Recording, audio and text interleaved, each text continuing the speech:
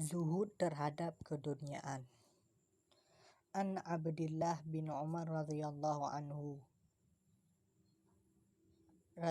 anhuma qala akhadha Rasulullah sallallahu alaihi wasallam bimankibi faqala kun fid dunya ka'annaka gharibun aw 'abirus sabil wa kana Umar yaqul idza amsayta fala tantadhiril sabaha wa idza asbahta fala tantadhiril masaa wa khudh min sihhatika limaridika wa min hayatika limautika.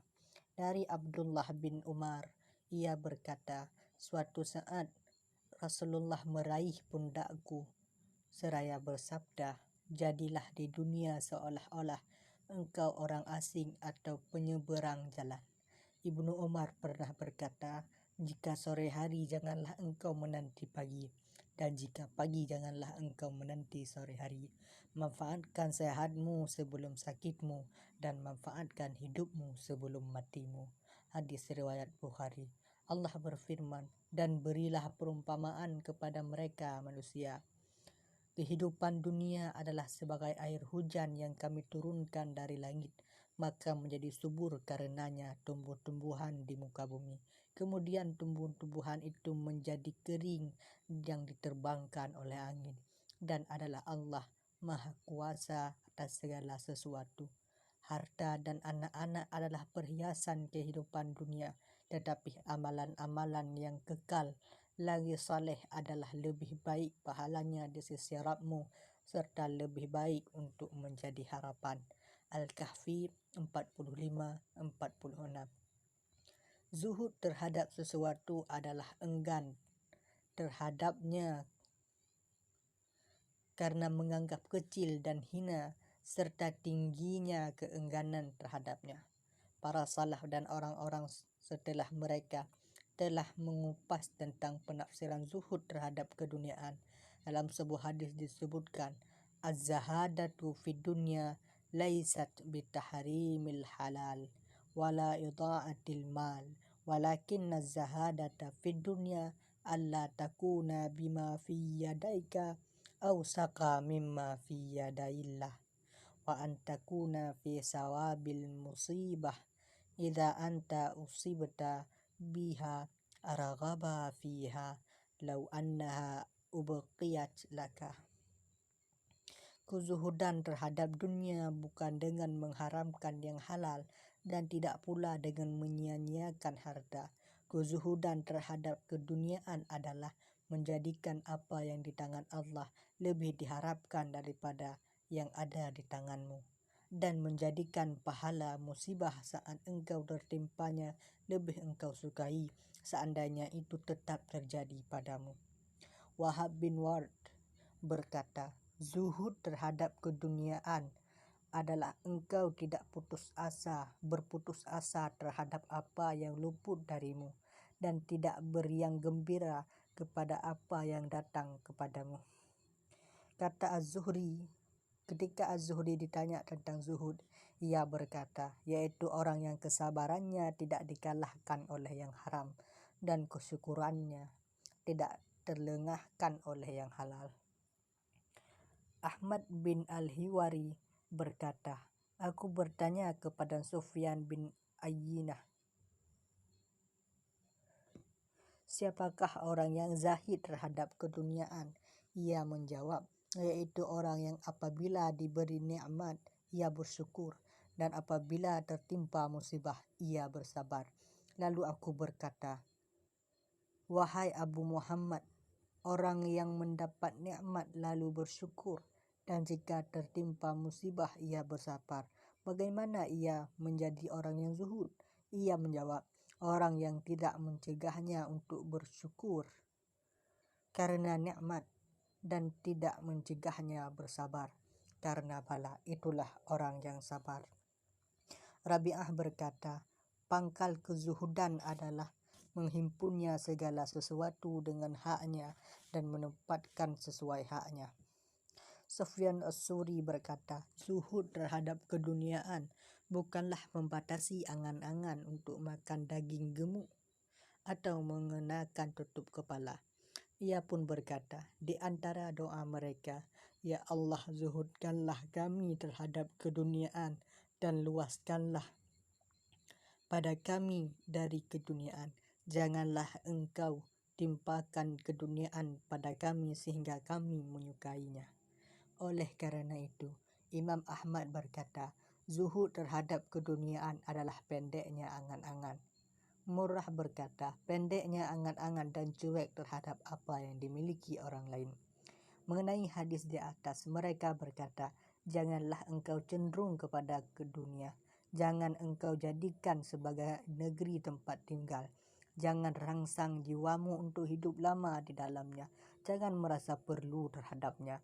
Janganlah engkau bergantung dengannya, kecuali seperti bergantungnya orang asing yang sedang tidak di negerinya sendiri.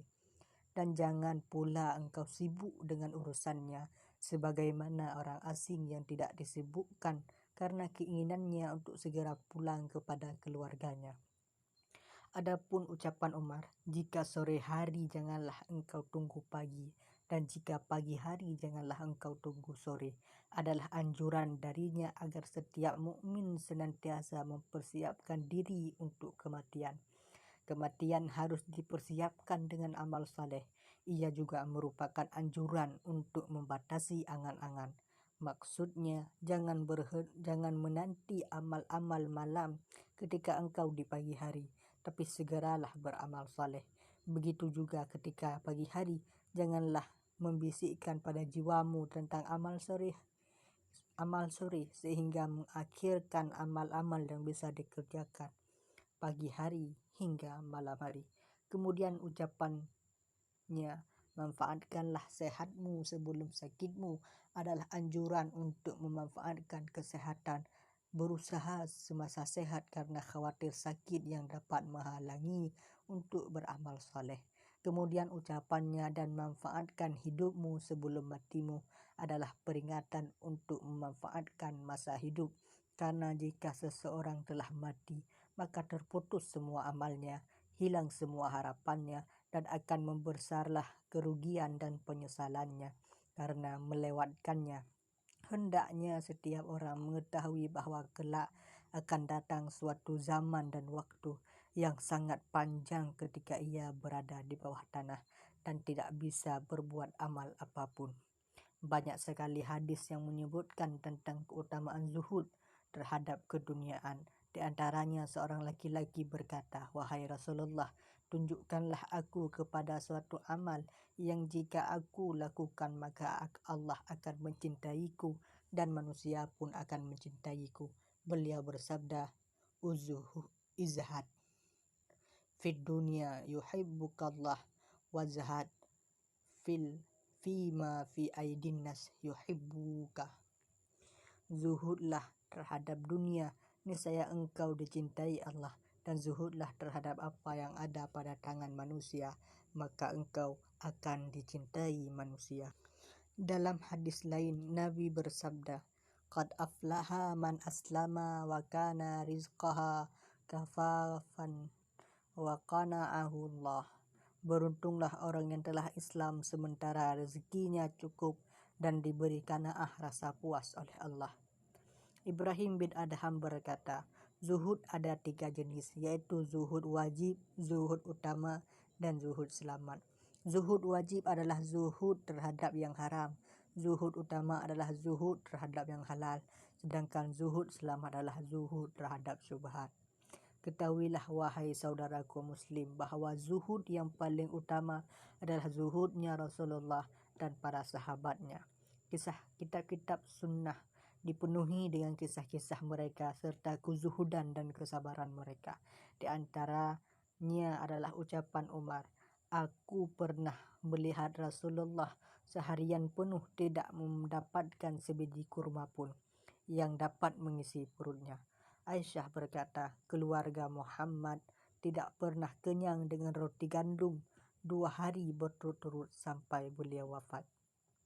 Abu Hurairah berkata, Nabi Allah dan keluarganya tidak pernah kenyang selama 3 hari berturut-turut dengan roti sampai beliau meninggal dunia. Seorang laki-laki datang ke tempat Abu Dzar, lalu pandangannya memutari rumahnya, kemudian bertanya, "Wahai Abu Dzar, mana barang-barangmu?" Abu Dzar menjawab, "Sesungguhnya kami memiliki rumah yang kami menghadap ke arahnya." Laki-laki itu berkata lagi, "Seharusnya engkau memiliki barang-barang selama engkau di sini." Abu Dzar menjawab, "Si pemilik rumah tidak meninggalkannya di sini." Umar bin Abdul Aziz berkata dalam khutbahnya, "Sesungguhnya dunia ini bukan tempat tinggal kalian. Allah telah menetapkan kefanaan terhadapnya, dan Allah telah menetapkan kesernaan bagi para penghuninya. Berapa banyak kemegahan yang sebentar, kemudian binasa, dan berapa banyak yang tinggal, lalu iri terhadap yang sedikit, tapi kemudian pergi." Al-Hasan radhiyallahu anhu berkata, "Hinakanlah dunia, karena demi Allah dunia lebih hina ketika hina."